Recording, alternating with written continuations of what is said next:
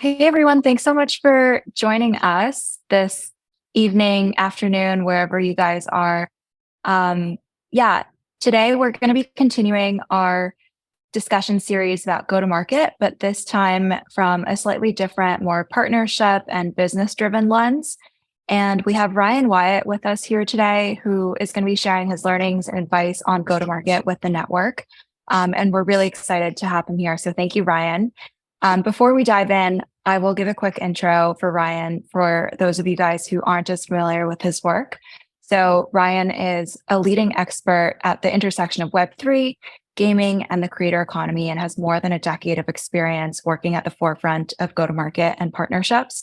Most recently, he was president of Polygon Labs, where he oversaw a global team across 48 countries and shepherded Polygon through an important era of driving developer adoption and cross-chain collaboration. He also helped lead some of the largest Web3 partnerships in the space that I'm sure you guys have all seen, including with Starbucks, Reddit, Nike, and more. And prior to Polygon, Ryan worked at YouTube as their global head of gaming, where he helped to scale their gaming platform to be the largest in the world as measured by active users. And then before that, he actually began his career as a creator, I'm told, where he was actually competing and streaming on Twitch, I believe, based on your LinkedIn bio. So has seen the industry from many different vantage points, and we're really excited to have you here today with us, Ryan. And so first, we'll do a fireside chat with Ryan before taking Q&A from you guys. And so as you guys think of questions throughout the conversation, feel free to drop them in the chat and we'll get to them during the Q&A portion. And then for the last 30 minutes, we'll break out into breakout conversations to synthesize learnings. So Ryan, thank you so much for being here. Thanks for having me. I'm excited to be here. So let's dive right in. I would love to talk at a high level about just how you approach go-to-market and growth at Polygon. So obviously, your stint at Polygon was a really action-packed time. A lot happened during that period of time. The Ethereum merge, a lot of mainstream brand adoption, a lot of partnerships. And so I would love for you to just sort of take us through at a high level what growth looked like for the Polygon network during that time, and also your general approach to growing users and developers for the ecosystem. That's a loaded question. I'll start with the first part. I think what's really interesting about the space is just how dynamic it is. So when I think about YouTube versus Polygon, at YouTube, what we would do is lay down multi-year product roadmaps, strategies, how we're going to go out and like really fixate on these beats from a quarterly basis. When you're at Polygon or even in Web3 and the space, and I think everyone can relate to it, is highly dynamic. Both as we're all figuring out a lot of things in real time, whether you're in the VC side, the app layer, infrastructure, almost week by week, you're learning something, right? Whether it's from your peers or self-inflicted or whatever the case may be. And then there's a ton of variables that sit outside of that are, I don't think any of us could have predicted, especially when you look at the macro and some of the things that had happened in the space. So I say all that because when you think about go to market, they're just like two very different, areas, and Web3 being very unique in that regard. When I started at Polygon, obviously was, really at the peak of just Web3 metaverse. It's like, that's what every other word that came out of someone's mouth were those two. Also the point where it was obviously already noticeably too crazy. But Polygon had just raised this significant size round. People were still trying to figure out this infrastructure layer. And it was kind of off to the races of, okay, well, what can you really do with these, decentralized blockchains? What exactly are the use cases? We were using a lot of like technical jargon to describe anything. And so a lot of what I thought about was, well, where are the categories that actually make sense for things to be built on blockchains? And my background in gaming made a lot of sense. Loyalty and rewards made a lot of sense. Where are there things where there are purchases or interactions that are happening where the consumer is at a disadvantage versus the corporation, if you will. And I thought, those were really important categories. So at the beginning, a lot of it was, hey, we really want to make sure that Polygon is a household name in Web3. That we really want to make sure that we have a that was a huge focus, right? People inside of Web3 obviously knew what Polygon was. It was already kind of a side chain just at that point. This is predating the ZK acquisitions and what would come of the ZKVM and Polygon 2.0 strategy. And so it was, okay, how do you start to do that? And you also simultaneously had a lot of Fortune 500 enterprise video game industry appetite coming into the market at the same time. So it was really easy to say, okay, we've got a lot of inbound that's happening already. This is the luxury of the beginning of, end of 21, early 22.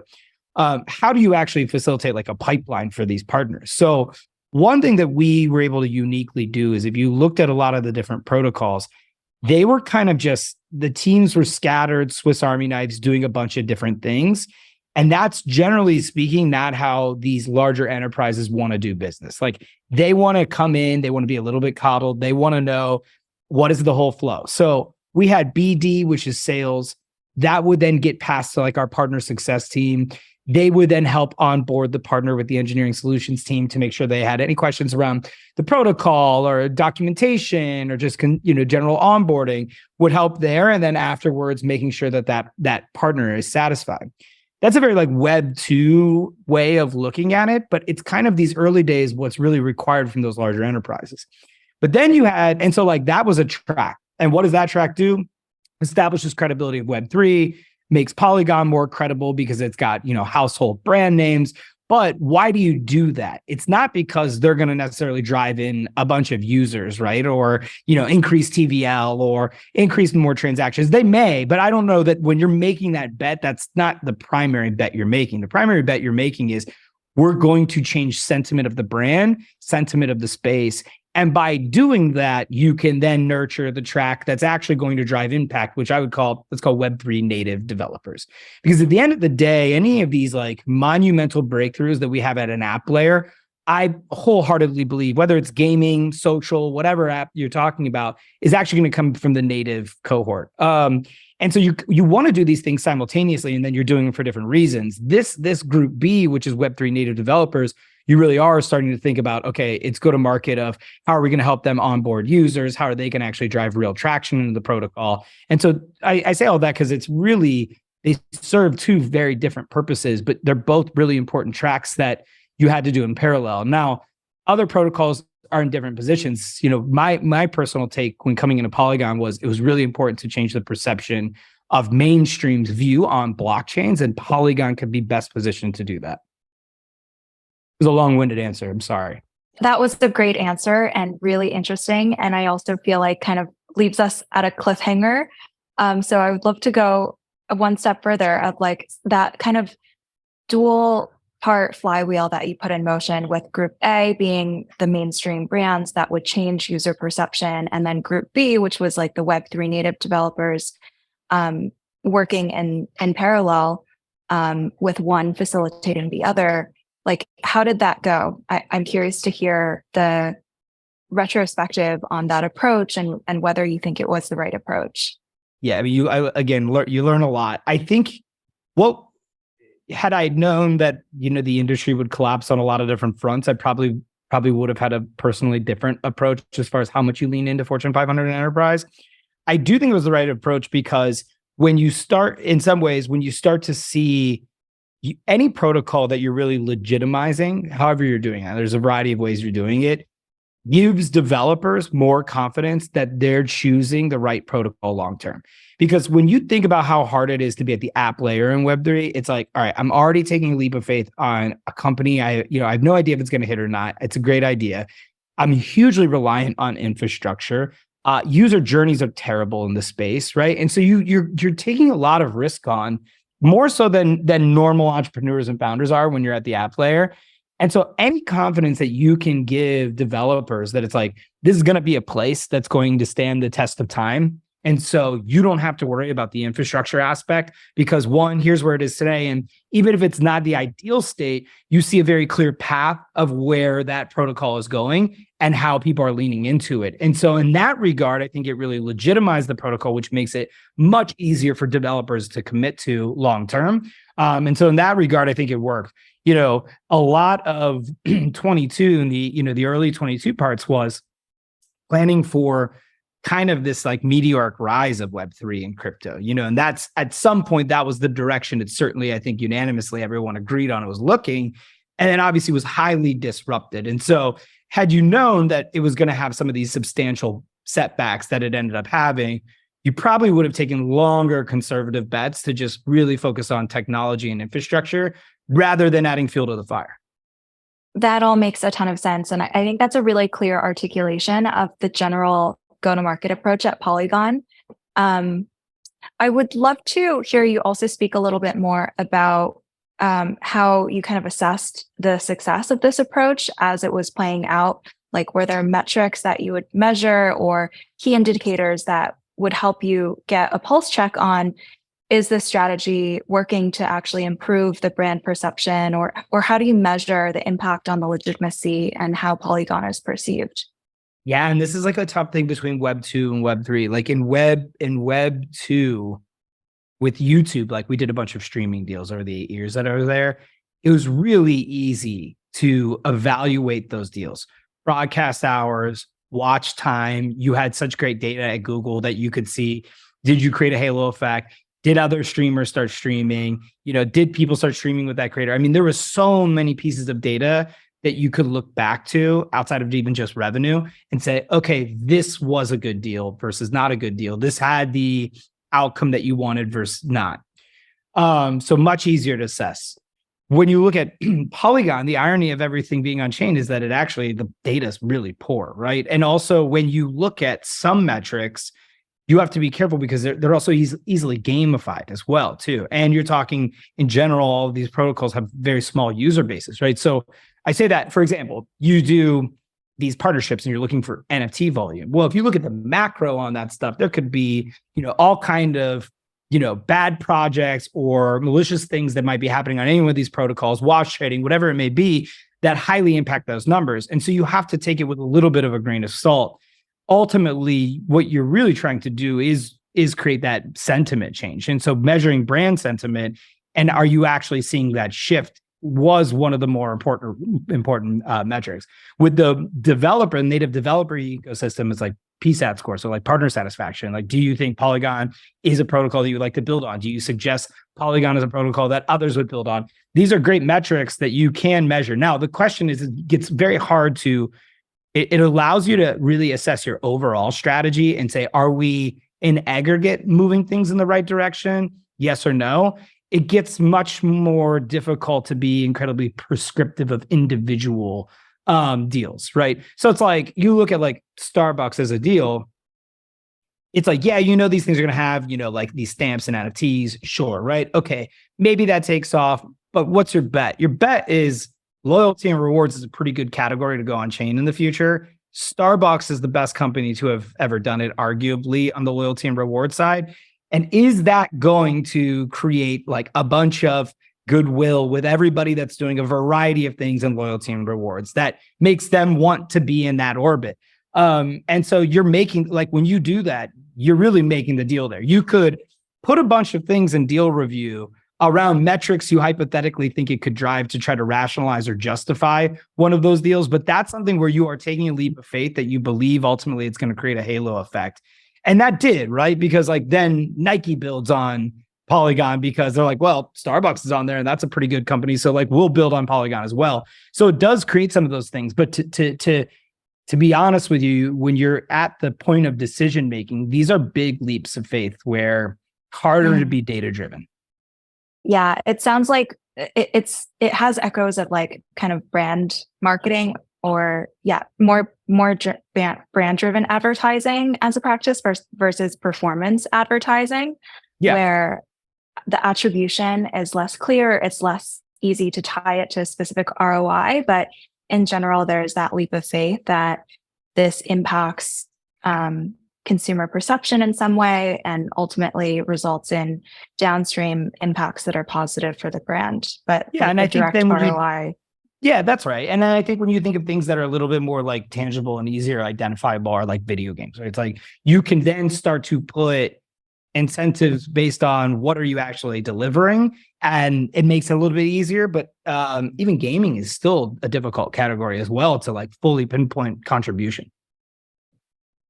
Yeah. So I'm seeing some founder questions popping up in the chat, and one of them actually ties to a topic that I did want to broach with you, which is the role of incentives, financial incentives in the go to market and partnership strategy that you guys had.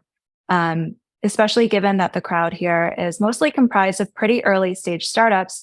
I would love to hear your advice and insight on how founders should think about navigating how much to spend on these types of programs, how to measure ROI. I know we just said that it's challenging too, but it takes a leap of faith. But what would your advice be in terms of the usage of financial incentives to drive ecosystem growth? Yeah, there's a couple things. Even if you're smaller and you don't have a lot of capital, I think no matter what, you have to align on a big bet that you got to take a swing that philosophically will get what you're doing jump started, right? Yes, Polygon was very well capitalized, so much easier said than done. But we were taking a bet on loyalty and rewards. That was our single bet. So whether you're big, whatever, but that was like our single bet in loyalty rewards. We were going to make a bunch of bets in the category. We were going to make one really big bet there. And so I think the best way that you can kind of make these decisions, I love that we have like BD deal review. No matter what category, whether you're in gaming or social or whatever it is, you are in one deal review so that you can learn from each other and that you can hear how people are talking and pitching and talking about it. I think it's great. It's worthwhile for everyone's time. And I think you want to have your arms locked on whatever that category is. And so I do think making a big bet on it, how you assess that ultimately, that you can't let the macro dictate it too much, because if you think about, there's a 6 to 9 month run there where some of these deals and partnerships were just outlandish, and you have to be able to walk away from them. And so a lot of what it is yes, you're willing to make a big bet, but at the same amount of emphasis needs to be like, at what point do I just walk away from this? Like, saying no to things is obviously just as important, and you need to have that line drawn in the sand, because I'll tell you, when you spend a lot of time like trying to get a deal done and you get close and close and close, and then at the end it like slips out of your hand where it's like, it's a little bit more money or whatever it is, your tendency to reach and overcommit to that becomes too high, right? It's so hard, right? And I've actually fallen victim to this on the YouTube side with a streamer, where it's just like, you've spent so much time with it, so like, what's another 20% more of whatever their ask is to get it over, and it ends up never working out. And so like, I think just as important as saying we're going to make a big bet in this category, here are the types of partnerships we want to make a big bet in, but here's where I'm going to walk away. Evaluating, again, the deals does become a little bit more difficult on actually being like objectively driven towards them.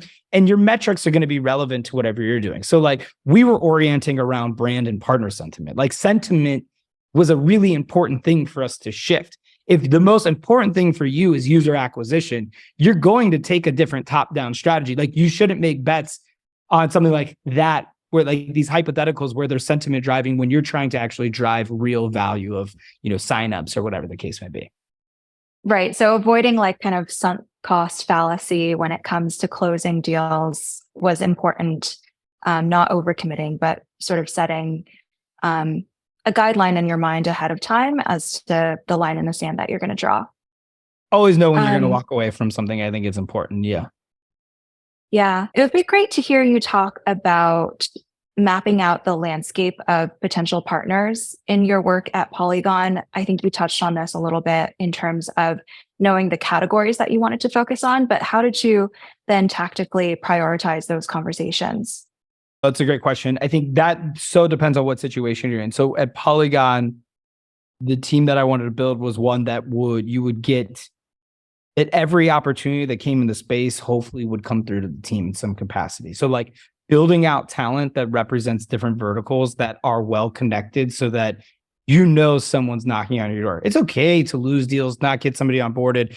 I really didn't like when something happened and we never got a chance at it. Whether the chance could even be just a conversation. I'm not even talking about like necessarily monetary value that needed to be provided. Just why did no one on our team not talk to this individual or this company or this? So I think so much of what it is believe in those categories that you have, and then build that pipeline by bringing in reputable people inside of those categories so that you're well represented. And so that's like what we did. That's how we built the team. And that's how we got the pipeline. It's a little bit different depending on where you're at, because we were just honestly, 98% of it was inbound. We were never going out and knocking on doors.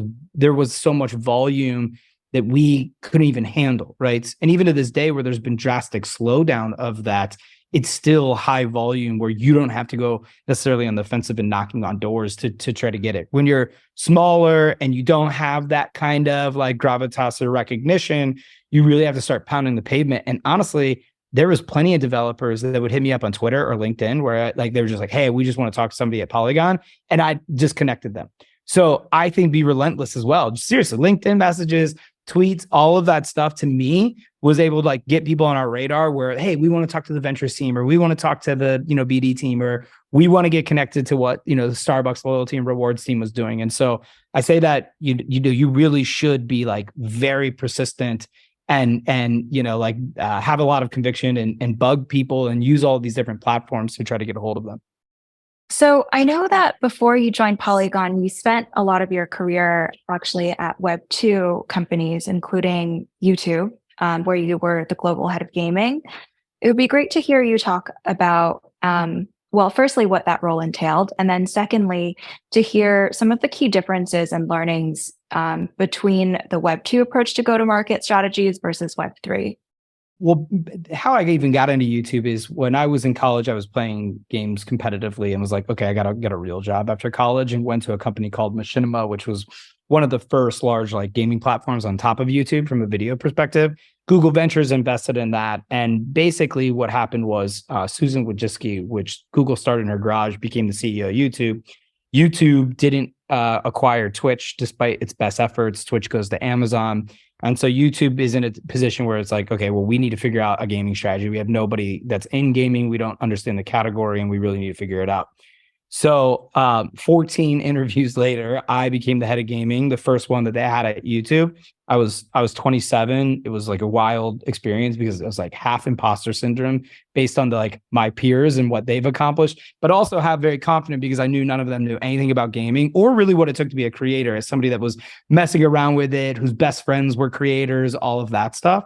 And so from scratch, had to build out the team. So you're doing a variety of things. You're focusing on the product strategy for both gaming viewers, gaming publishers, and gaming creators. You are managing the top gaming creators, right? Their day-to-day, making sure that they stay on the platform, whether you're doing deals with them, activating the products against them. You're working with game publishers, which is a variety of things, whether they're using it for advertising, trailers, esports leagues. We did a lot of product partnerships with some of our game publishers like OAuth and account linking, watch, X video, receive X digital drop, which is why I actually think blockchain just alone would be better than OAuth for something like that. And so anyways, that's what I focused on there. And really was making sure that we create products that help creators monetize outside of ads, and then also make sure we monetize gaming content really well. Long story short, after all those years, gaming became the second biggest vertical after music. 450 million logged in users watch gaming every single day, generates billions of dollars for the platform. And it wasn't always that easy, because although advertisers would tell you they wanted 18 to 30-year-old males, as soon as you told them, okay, I got that, but it's video games, they were like, okay, but not video games, right? And really had to get over educating and activating sales teams to really sell gaming content to advertisers in the non-endemic space. So it was quite challenging. And then obviously a lot of competition, Mixer and Facebook and Twitch and all these different well-funded, well-capitalized, big tech companies that were entering the space created a really interesting and competitive dynamic. The thing about YouTube, though, there is a little bit of beauty in YouTube that I see in Web3, in the sense of very specifically just democratizing video content. Like anyone around the world could upload a video, could start monetizing, could start getting ads on their video. Now, I wouldn't dare claim Web3 in the sense you don't own any of this. Obviously, YouTube owns everything. You don't own a social graph, like all of that. But there was something beautiful about just that enablement that I think starts to go in line with a little bit of Web3 ethos.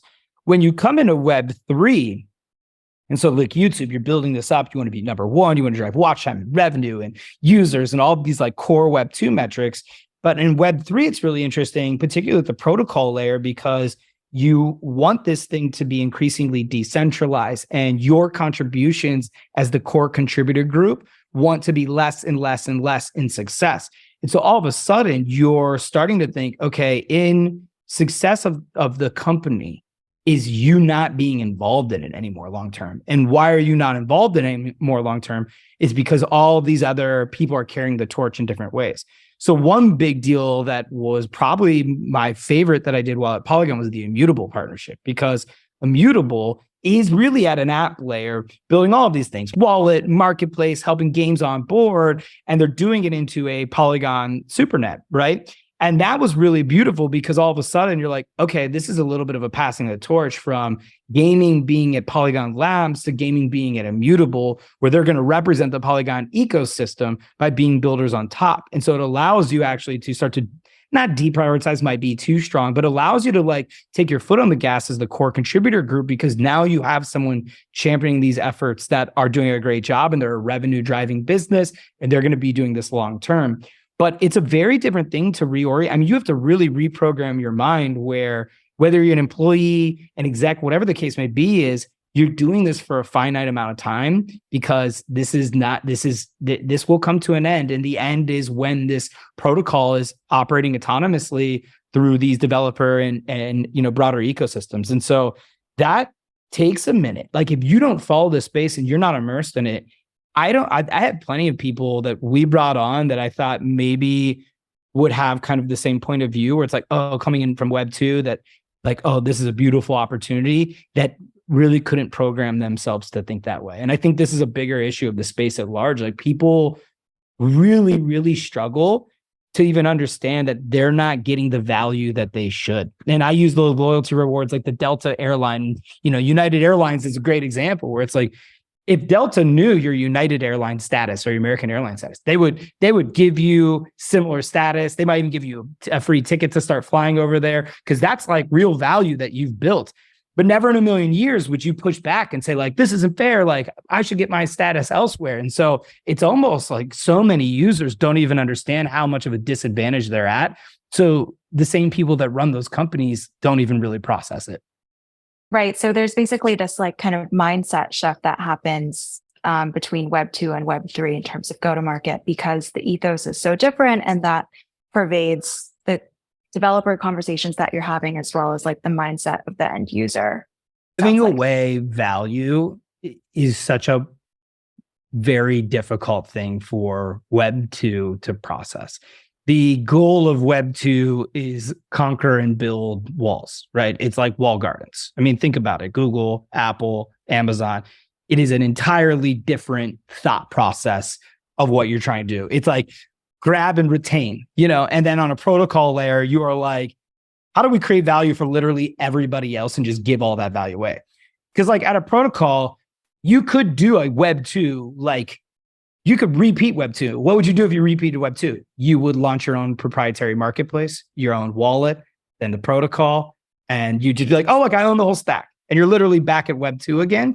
And so I think this, like, you have to pull people back where it's like, no. You might be best positioned to launch that marketplace, but you should go support Magic Eden and OpenSea and Blur and all these other folks, that are out there building it. Don't try to compete with them. Don't go launch your own wallet and compete with MetaMask and Phantom and all these other folks. So it's just like, if you're not in tune with this, it seems crazy, right? Like for people that are Web 2 and have long worked there, it's an impossible thing for them to wrap their heads around. Yeah, definitely.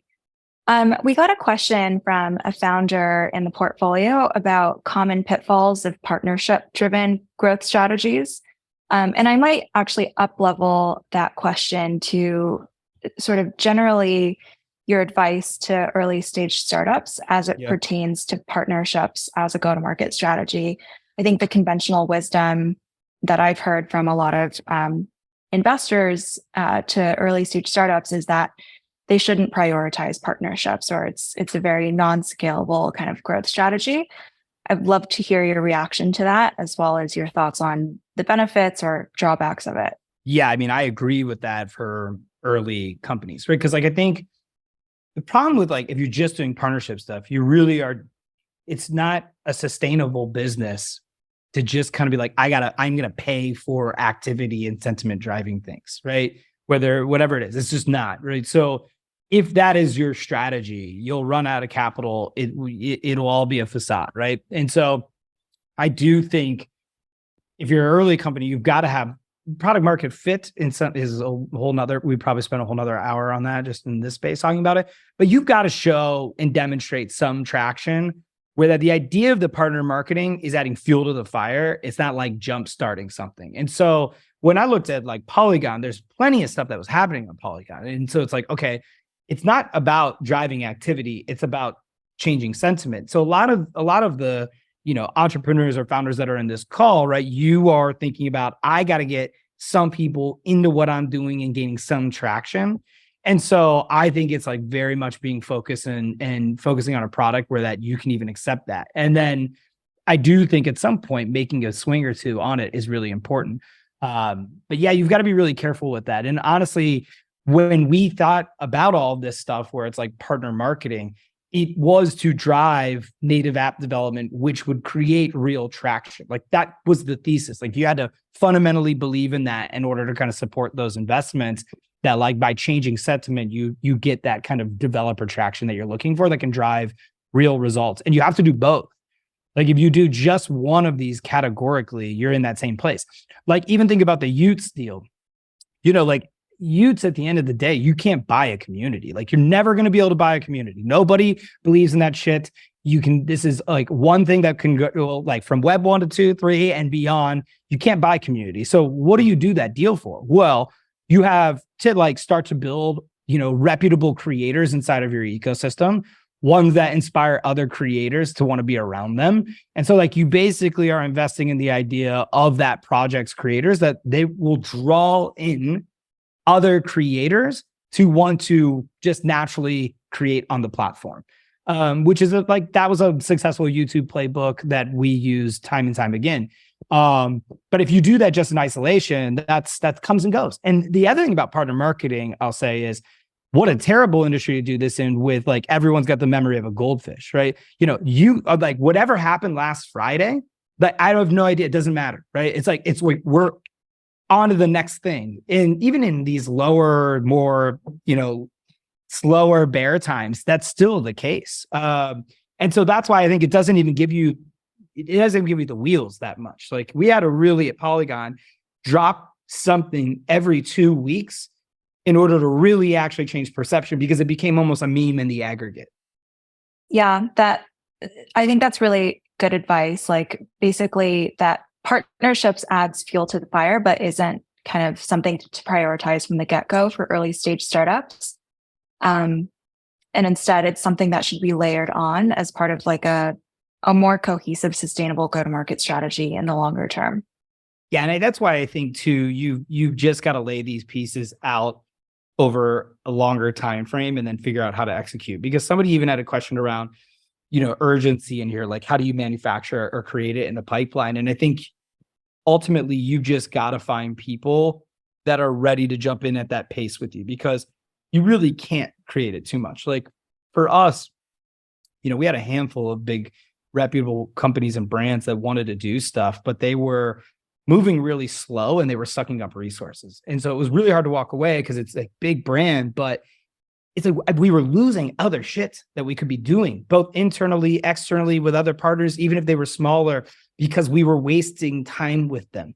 And so it's almost like you want to be with people that have the resources, or if you go work with them or collaborate with them, they are in it with you. Because at the end of the day, you don't have to twist anybody's arm to want to work with you, whether it's somebody next to you or a partner. Like you want some aligned enthusiasm to really prioritize them. And so it's hard because you don't know if they end up going somewhere else, but just, you can't waste your time on that stuff. It happens quite often. And I also have always found that the people that, particularly in this space, don't have some conviction, it's like, don't even waste your time with it. It's okay. Even if it's something small, like Coca-Cola does a small little NFT drop. It's great. Small group of people inside of there that are really excited about it. That's still worthwhile, even though that's not going to be a huge impact. But working with somebody for a year that like hypothetically thinks about entering the space and really never does, just walk away and cut your ties with them. Like there will be other opportunities for you and you don't want to feel like you're being dragged the whole time. So don't manufacture urgency, just find partners that are aligned with your I don't think you need to pace and timing. Going back to the dual approach to the go-to-market and partnership strategy that you had mentioned, with the brand partnerships and the more Web3 native pillars of the go-to-market strategy. It's really interesting to hear you outline the strategy in that way, with the rationale for the partnership strategy being to sort of transform the brand or create the perception of like the association of Polygon with certain categories or to enhance trust. Part of what I had sort of assumed was underpinning this strategy was also that the brand partnerships would jumpstart user growth or user adoption of Polygon. So basically jumpstart the demand side. And from there, developers would see all of those users and want to build on a platform on which there was this captive attention and captive demand. I'm curious if that was part of the strategy. And if so, did you see that being manifested through these partnerships? Oh my gosh, like that was like, I was like the playbook. I think the problem that we had was like the macro scared so many people away, both users, developers, entrepreneurs, and some of the big builders. So again, kind of going back, if you think about the Q1 22 strategy, that's it, right? Because it's, all of a sudden you get people even like Reddit, where it's 8-9 million people coming in that may or may not know that they're coming in, right? But they are. Right. Yeah, I mean, you've got to get traction going, right? And you've got to get that going. And there's a variety of things that we did to do that. So one was that. Two was onboard, like on ramps, right? So we did a partnership with Phantom for wallet and Magic Eden from a marketplace perspective as well, because it's like more on ramps, make it easier to deploy, bring more people in.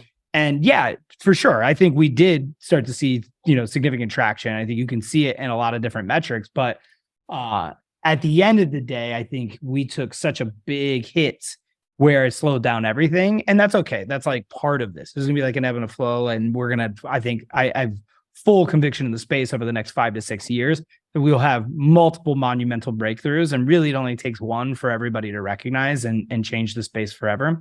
So yeah, that was the idea. And I still think to some degree it is. Again, just the space is a little bit different. But even if you think about Nexon as a gaming partnership that we did, it's like you're bringing in MapleStory into Polygon, which has, tens of millions of users. That's going to be great because now they're going to be inside Polygon's ecosystem. And guess where you should be if you're building a video game? You should be on Polygon, right? Because Nexon's there and Immutable's there. And so like, the idea should be, in theory, is not just like, yeah, users, traction, of course, that's good. The idea should make it, you feel like you're really missing out by not being inside of the orbit of all of these different companies and builders. That makes total sense. I have one last question for you before we move to audience Q&A. So I think in February of this year, you wrote a really interesting article for Rolling Stone called Stop Trying to Onboard People into Web3, where you outlined that one of the biggest opportunities for Web3 go-to-market is to actually stop trying to onboard people into Web3, and instead that the approach or philosophy should be trying to embed Web3 into the broader internet, into things that users are already using. I would love to hear you speak more about this and the implications that this has on founders in the space. Yeah, I think one of the things that I have always taken issue, like I always, is coming in from the outside just 2 years ago, right? It's good to like embrace decentralization and, smart contracts and, owning your own assets and digital wallets. It's great. But I think so many people don't realize that like 99.9% of people will never care about any of this language or this terminology, or will never share this level of conviction of what decentralized networks look like and, disrupting and all of that. I mean, that is an enthusiasm that will be shared by you and your peers and the people that are like natively in this space. And it's good. That is at the heart of what is happening. But when you start to go outside and you're just talking to somebody and you start pitching them on all of this shit, it's never going to work ever, right? At the end of the day, you've got to abstract all of that stuff away. And it's when people want, why are they going to play a game, right? They're going to play a game because it's really fun. Inside of that game, you show them new things that are effectively product features like, oh, look, you can carry this. You can trade this asset. You can give it to somebody. You can rent it out. You can lease it. You can, that's actually Ryan's knife that he won in a tournament 6 months ago that you just bought.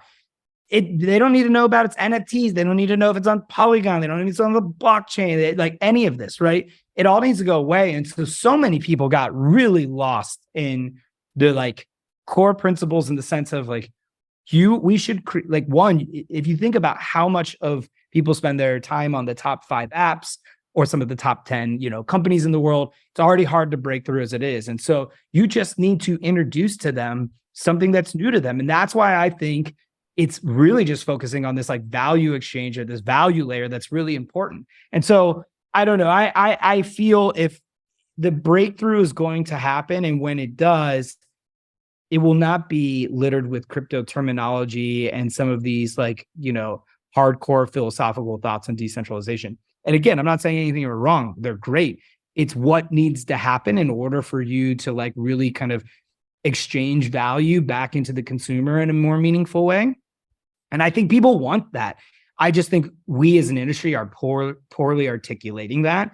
And it's disguised by a bunch of different things, and it's impossible to parse through, right?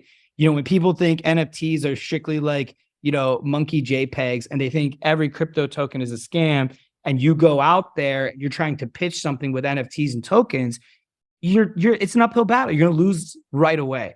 You go out there and you just start talking about, because you spend your time on this social app, you deserve to have value. You've contributed to building this ecosystem, and you deserve to have some value. Here's what that value looks like. You can do all of that. And the only way that you can do that is on a blockchain.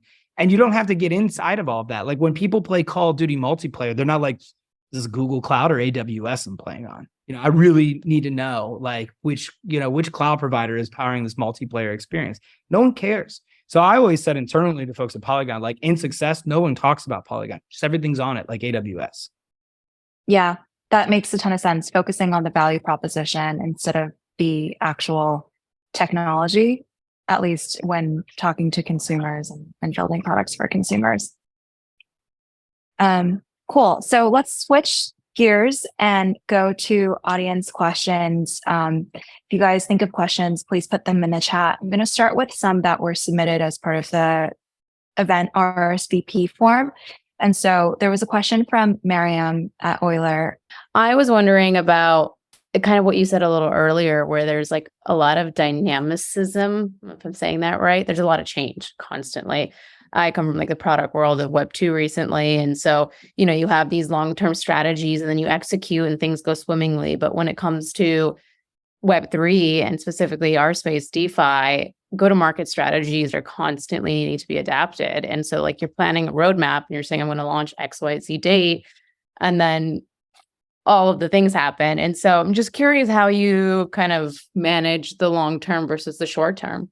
Yeah, it's a great question. I think even in that piece I talked about, like you kind of need like a 1 day and a 1 year strategy truly. And like you kind of have to be really flexible because it's not, YouTube, it was so much cleaner, right? It was like, oh, we're going to do these live streaming deals, and then we're going to release this live chat upgrade, and then we're going to release these like alternative monetization products for live streamers. And then when we announce this creator, it'll be part of that like product feature, and we'll do it all together. And it's like beautiful and bundled, and everybody hits, all that timeline, no problem, thumbs up for everyone.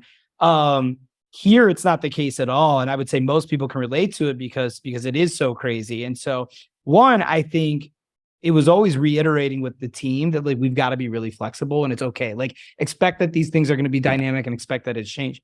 I think actually that part's the most important because people get so frustrated, whether you're on the product side, the end side, or the biz side. You just get frustrated because you expect something and it doesn't happen. And so you just need a tremendous amount of patience with each other and like willingness to adapt.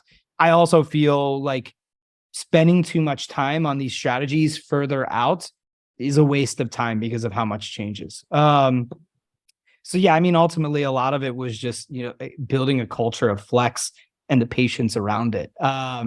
And also you kind of have to, you're taking a little bit more of a leap of faith on these things. So if you think about, for example, SuperNets, well, we started going out talking about SuperNets and working with partners a year before the product launched. Now, we didn't think obviously it was going to take a year for its launch, and it's like obviously up now. And so you've got to be pretty flexible there. Like you got to be flexible with the partners. You got to be flexible with your peers. You have to have patience on both sides because you can't be like, oh, we were out, selling this thing and it's not ready. And then marketing is like, I don't know what to do. What should I talk about? And so that's why I can't stress enough the patience and empathy with each other is really important in the space. Yeah, solid answer. Thanks. Carson, you had a question about navigating cultural dynamics. First off, thanks, Ryan. Yeah, I was curious to learn about, I think specifically building in Web3, people are very maximalist on their individual chains. Generally, you have a lot of Ethereum maxis and Polygon being so similar. How did you navigate getting, mainly developers to come over when some of them were just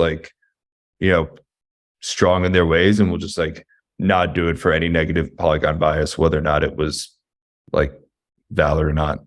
And was that something you dealt with at all?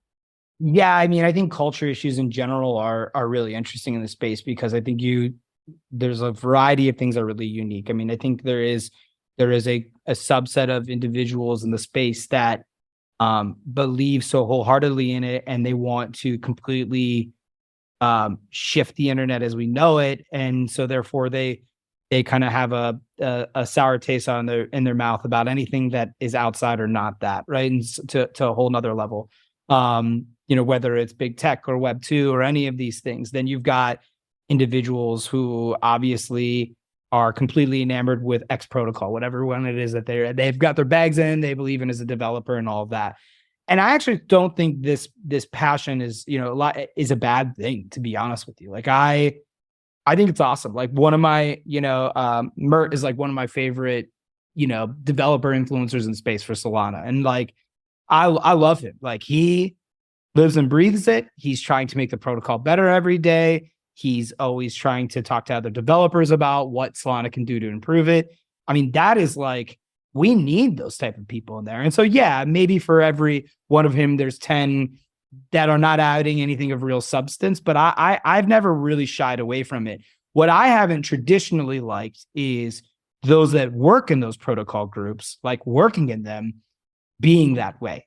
Developers would be very passionate and have these points. I think it's great. And I think when you think about somebody that's anti-Polygon, well, then it's on us or Polygon to change that perspective, hear that person, parse through what is real, what is not. And so a great example was, it's Polygon was a side chain and we had language that was oh, we inherit Ethereum security. We don't. We didn't in a POS chain. And so people were adamant about changing that. And it was a very, very valid thing to be adamant about. And we did change it, right? It was okay, this is, questionable marketing or, not out of malice, but it's misleading, right? And also didn't do us any service when you are about to launch the ZKVM, chain where you absolutely do. And you're going to have a technical breakthrough that's huge that you should celebrate. So I think anyway, long-winded, that stuff is good.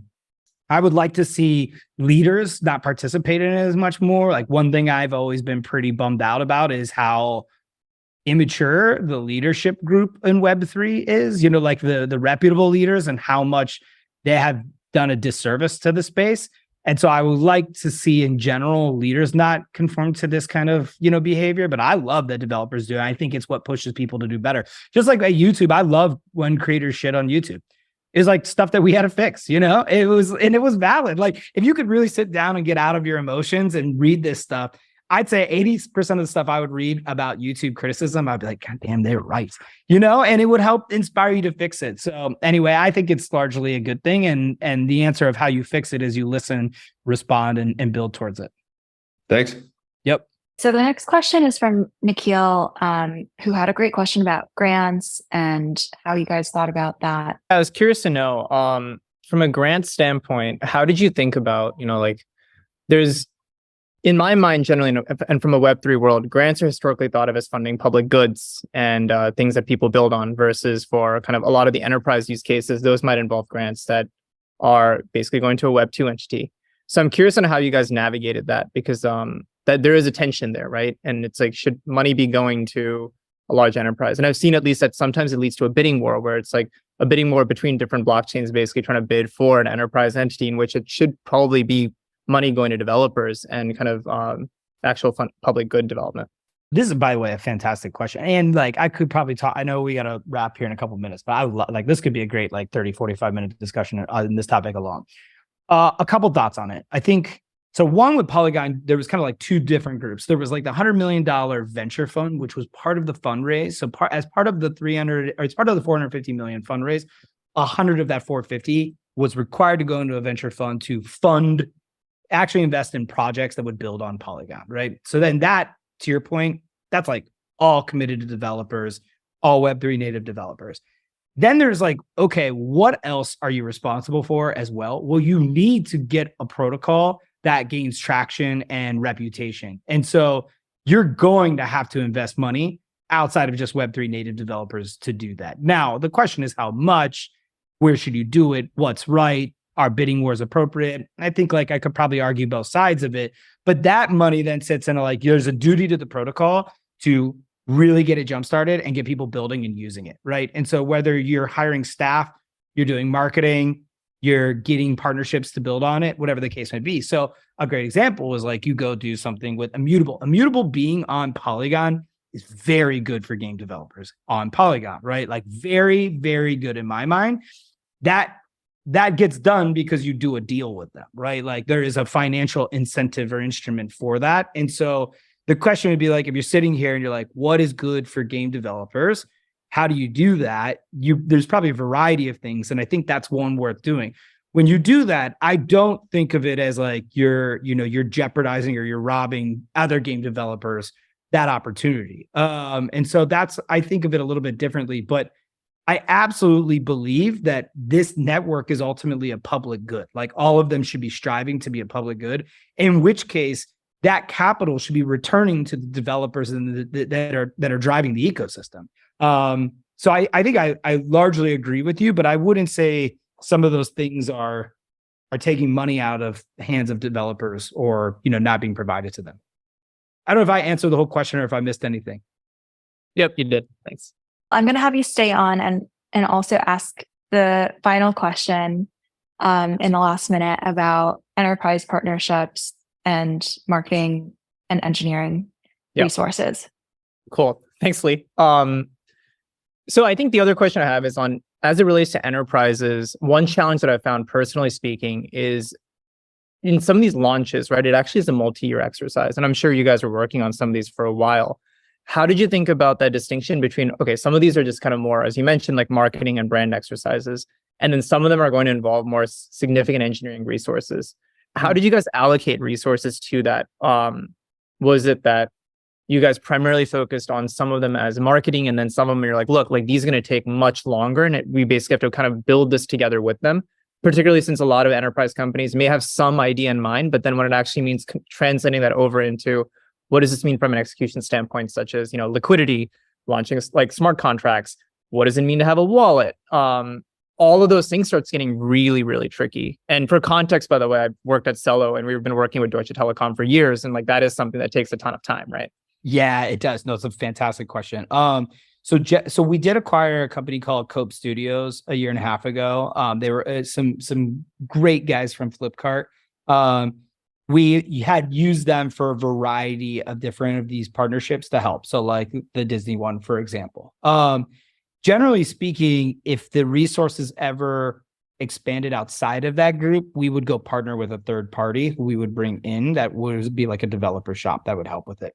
That's the best way to do it, is work with these implementation partners, because the tough part about, a contributor group is you really can't scale it too much, because if your whole goal is actually over time to reduce your footprint on the protocol, you don't want to scale it up to a bunch of people to support all of this, then have to pull it all back.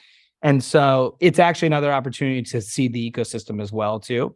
So that's generally how we did it with these longer ones, because the other thing too that you're balancing is, we're working on multiple kind of protocol efforts. Like if you think about, POS and ZKVM and Supernets, you really can't afford to take engineers off this, because what you quickly learn, as soon as you take them off of you just are kicking the can down the road on the product roadmap, right? So it's like Supernets was a great example I talked about. It's like, okay, well, if we have to pull people off of building Supernets, have them go work with, a Nexon or a big Supernet partner, you're just delaying the inevitable there as far as getting that product out. And so you really don't want to make those kind of trade-offs ever, to be honest with you. I mean, maybe if it is so fundamentally important to the company's existence, you have to make that trade-off. But generally speaking, stay away from that. And And if you can't service a client, whether internally or bringing a third party in, you're going to have a real, like, the partnership's going to go off the rails. Like, not going to be worth your time to do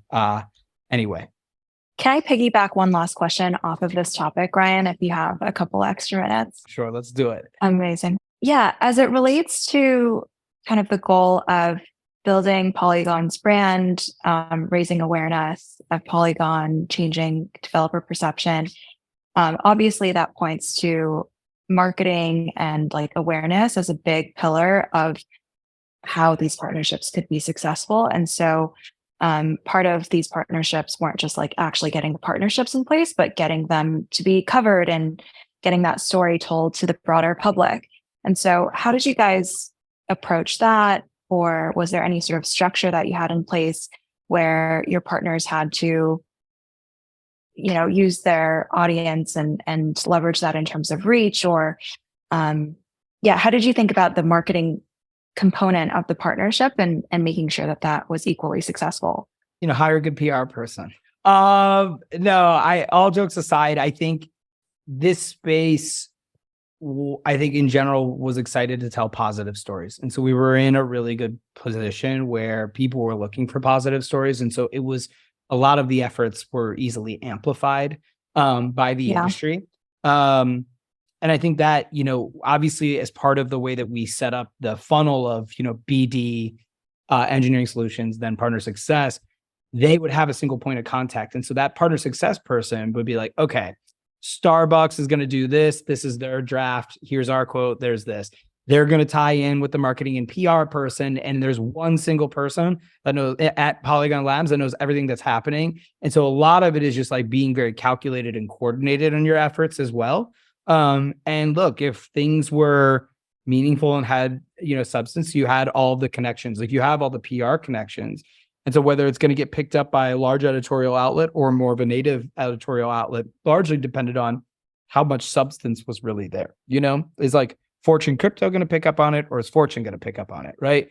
And so that's where, when you had stuff that's really meaningful, it was easy for it to be amplified. Like, I think everybody knew about Starbucks, like whether you followed crypto, Web3, blockchain or not. And that's because that was one where it was like, okay, this is interesting. Whether it turns into something big or not, it doesn't matter. The point of it being is like, this is a huge entrant that's taking this very serious and trying to do something substantial. So it tells the story a little bit. If not, then you find yourself, you're like pushing tweets and LinkedIn posts and, you know, you're getting picked up on smaller crypto native outlets. And that's not huge amplification. Yeah, makes sense. Yeah, I think the space was definitely rooting for its success and excited to see all of those positive stories. And so all of those partnerships were definitely like really warmly received by the ecosystem, because I think people just had a ton of appetite to see that kind of mainstream adoption. So that makes a ton of sense. Yeah, more to come, cool. I'm sure, too. Definitely. Well, thank you, Ryan, so much for taking the time